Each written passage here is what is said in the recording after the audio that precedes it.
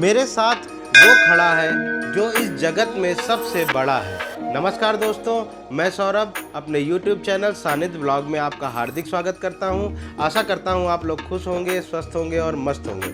दोस्तों, आज के वीडियो में मैं बात करने वाला हूं चारों धामों की यात्रा का द्वार कहे जाने वाले प्राचीन नगर हरिद्वार के बारे में, जिसे प्राचीन काल में मायापुरी के नाम से जाना जाता था।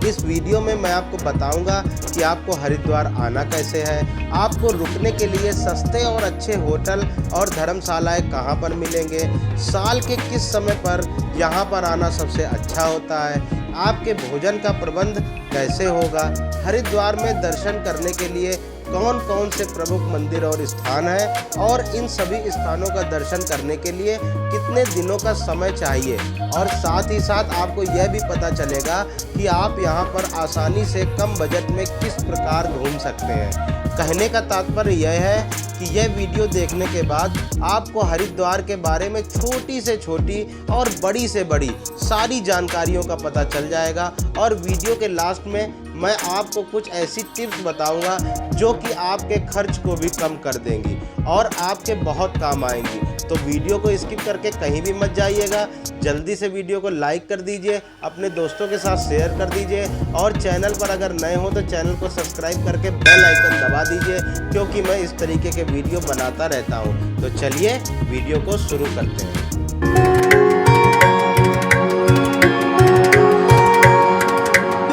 तो दोस्तों, सबसे पहले बात कर लेते हैं कि आपको भोले की नगरी हरिद्वार में आना कैसे है।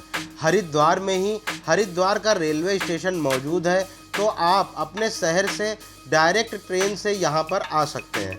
अगर आपके शहर से डायरेक्ट हरिद्वार के लिए ट्रेन नहीं है तो आप दिल्ली आ जाइए। दिल्ली के कश्मीरी गेट बस स्टैंड से 24 घंटे हरिद्वार के लिए बस उपलब्ध रहती है। दिल्ली से बस का जो किराया है वह लगभग 280 रुपये के आसपास रहता है। उत्तर प्रदेश, राजस्थान और हरियाणा राज्यों से भी हरिद्वार के लिए डायरेक्ट बसें चलती हैं, तो आप इन बसों का प्रयोग करके भी हरिद्वार पहुंच सकते हैं। अगर आप भारत के दूर दराज के क्षेत्रों से फ्लाइट के द्वारा हरिद्वार आना चाहते हैं तो हरिद्वार का निकटतम हवाई अड्डा है, वह है जॉली ग्रांट हवाई अड्डा, जहां से हरिद्वार की दूरी 37 किलोमीटर है। तो आप जॉली ग्रांट एयरपोर्ट आकर वहां से टैक्सी करके भी आसानी से हरिद्वार पहुंच जाएंगे। दोस्तों, आप यहां पर अपनी प्राइवेट गाड़ी से भी आ सकते हैं। बस अगर आप यहां पर अपनी प्राइवेट गाड़ी से आ रहे हैं तो आपको एक बात का ध्यान रखना है कि अपनी गाड़ी को ऑथराइज्ड पार्किंग की जगह पर ही लगाइए, क्योंकि गंगा जी में जल का स्तर कब बढ़ जाए कुछ पता नहीं होता और आपका नुकसान हो सकता है। इसलिए मेरी आपसे रिक्वेस्ट है कि अपनी गाड़ी ऑथराइज्ड पार्किंग सेंटर पर ही लगाइए। हरिद्वार पहुंचने के बाद बात आती है कि आपको यहाँ पर रुकना कहाँ पर है। तो दोस्तों, वैसे तो पूरे हरिद्वार में ही रुकने के लिए अच्छे होटल और धर्मशालाओं की कोई कमी नहीं है। आपको हरिद्वार रेलवे स्टेशन से बाहर निकलने पर हर की पैड़ी तक कमरे आसानी से मिल जाएंगे, लेकिन त्यौहार के समय में और वीकेंड्स पर यहाँ पर ज़्यादातर अच्छे होटल और धर्मशालाएं बुक रहती हैं। तो ऐसे में आप हरिद्वार के शांति कुंज के पास भूपत वाला क्षेत्र में धर्मशाला या होटल बुक कर सकते हैं। दोस्तों, भूपत वाला क्षेत्र में काफ़ी अच्छी धर्मशालाएं हैं जो कि बहुत ही ज़्यादा जेन्युइन प्राइस में मिल जाती हैं, तथा यहाँ पर कार पार्किंग और भोजन की सुविधा भी काफ़ी सारी धर्मशालाओं में मिल जाएगी। तो आप यहाँ पर भी कमरा बुक कर सकते हैं। यहाँ पर रूम का जो प्राइस है वह 500 रुपये का नॉर्मल रूम और 800 रुपये में AC रूम मिलना शुरू हो जाता है। इस विषय में दोस्तों मैंने डिटेल में एक वीडियो बनाया हुआ है, उसका लिंक मैं आई बटन में डाल देता हूँ, आप वहाँ पर जाकर उसे देख सकते हैं। तो दोस्तों, रुकने का प्रबंध हो जाने के बाद बात आती है कि हमें अच्छा भोजन कहाँ पर मिलेगा। तो दोस्तों, अगर आप ऐसी धर्मशाला में रुके हैं जहाँ भोजन की व्यवस्था होती है तो आप वहाँ पर भोजन कर लीजिए। नहीं तो अगर आप भूपत वाला क्षेत्र में रुके हैं तो आप शांति कुंज चले जाइए। शांति कुंज में आपको विभिन्न प्रकार के नाश्ते, मिठाइयाँ, नमकीन आदि बहुत ही जेन्युइन प्राइस में मिल जाएंगी। साथ ही साथ शांति कुंज में मात्र 60 रुपये में भोजन थाली मिलती है, जिसमें आपको दाल, चावल, सब्जी, रोटी, सलाद आदि चीज़ें मिल जाएंगी। दोस्तों, शांति कुंज में मिलने वाले भोजन की क्वालिटी बहुत अच्छी होती है। मैंने भी कई बार यहाँ पर भोजन किया है। रुकने और भोजन का प्रबंध होने के बाद दोस्तों अब मैं बात करता हूं कि यहाँ पर घूमने की कौन कौन सी जगहें हैं और आपको यहाँ पर कैसे घूमना है। तो दोस्तों हरिद्वार में जो लोग आते हैं वह सबसे पहले हर की पैड़ी में स्नान करके ही अपनी यात्रा की शुरुआत करते हैं। हर की पैड़ी हरिद्वार रेलवे स्टेशन से लगभग 3 किलोमीटर की दूरी पर है। यहाँ पर आने के लिए आपको स्टेशन के बाहर से ही ई रिक्शा मिल जाएंगे जो कि 30 रुपये प्रति व्यक्ति चार्ज करते हैं और आपको हर की पैड़ी पर छोड़ देंगे। यहाँ पर आकर आप सबसे पहले हर की पैड़ी में स्नान कर लीजिए। दोस्तों ये वही स्थान है जहाँ पर समुद्र मंथन के पश्चात अमृत की बूंदें गिरी थी। अगर आप हर की पैड़ी के बारे में और अधिक जानना चाहते हैं तो इस विषय में मैंने अलग से वीडियो बना रखा है जिसे मैं आई बटन में डाल दे रहा हूँ, आप वहाँ जाकर उसे देख सकते हैं। हर की पैड़ी में स्नान करने के बाद पास में ही बिलवा पर्वत पर स्थित माता मनसा देवी के मंदिर चले जाइए। माता मनसा देवी का मंदिर जाने के 2 तरीके हैं। आप चाहें तो पैदल ही चढ़ाई करके मनसा देवी मंदिर पहुंच सकते हैं जिसमें आपको लगभग 1.5 किलोमीटर की चढ़ाई करनी होती है।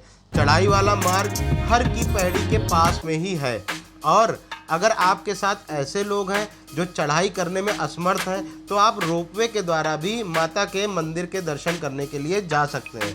रोपवे का जो चार्ज है वो 199 रुपये प्रति व्यक्ति है। दोस्तों अगर आप इस विषय में और अधिक जानकारी चाहते हैं तो इस विषय पर भी मैंने डिटेल में वीडियो बनाया हुआ है, लिंक मैं आई बटन में डाल दे रहा हूँ। माता मनसा देवी के दर्शन करने में आपको 2 से 2.5 घंटे का समय लगेगा।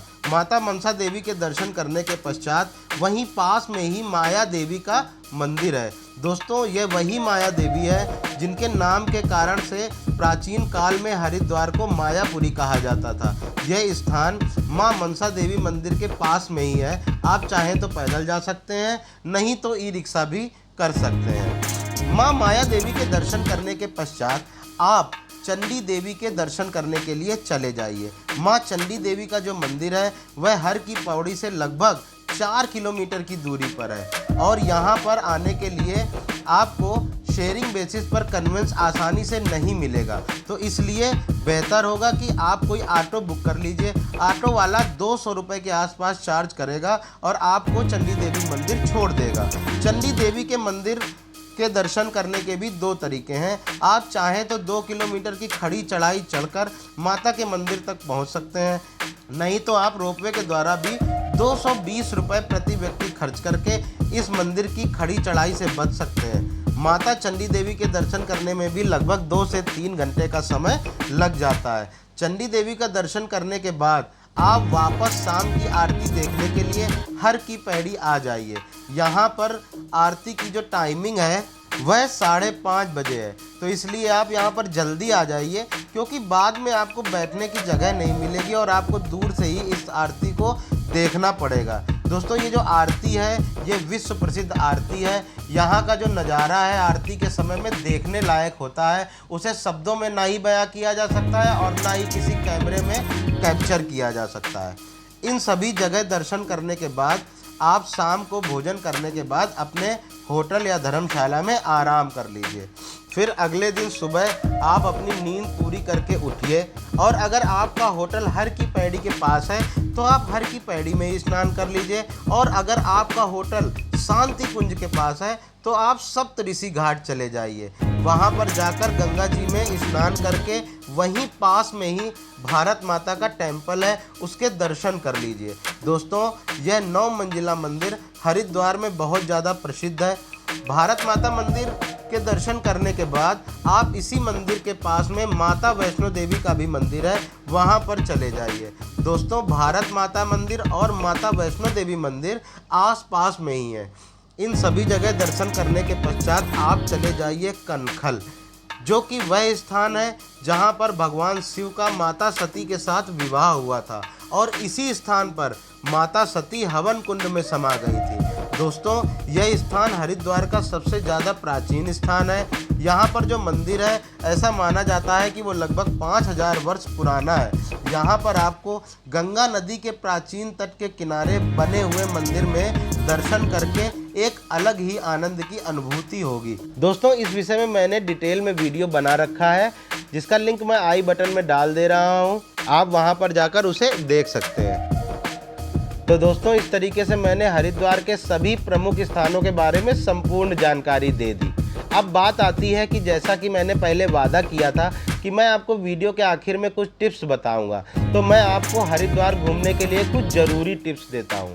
दोस्तों अगर आप यहां पर ट्रेन से आ रहे हैं तो कोशिश करिए कि आप ऐसी ट्रेन से आइए कि आप सुबह यहां पर आ जाइए, जिससे आपका एक दिन का नाइट स्टे बच जाएगा और आप सुबह हर की पैड़ी में स्नान करके अपनी यात्रा की शुरुआत कर सकते हैं। दूसरी बात कि अगर आपको सस्ते और अच्छे कमरे चाहिए और आपको हर की पैड़ी के पास कमरा ना मिले तो आप शांति कुंज के पास भूपत वाला एरिया में कमरा लीजिए।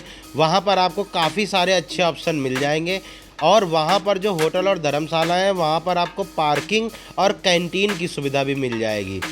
इसके साथ ही जब आप एक जगह से दूसरी जगह जाने के लिए ई रिक्शा या ऑटो रिक्शा का प्रयोग करेंगे तो यहाँ के जो रिक्शा वाले हैं वो अनर्गल पैसे बताते हैं। तो आप अपने मोबाइल का प्रयोग करके उस जगह की दूरी सर्च कर लीजिए, उस हिसाब से रिक्शा वालों से बार्गेनिंग करिए, इससे आपके काफ़ी पैसे बचेंगे। इसके अतिरिक्त जब आप हर की पैड़ी में स्नान करेंगे तो बहुत सारे लोग आपसे दान वगैरह के लिए पैसों की डिमांड करेंगे या गंगा आरती में दान देने के लिए पैसों की डिमांड करेंगे। तो आप लोगों को इन सब चक्करों में नहीं पड़ना है।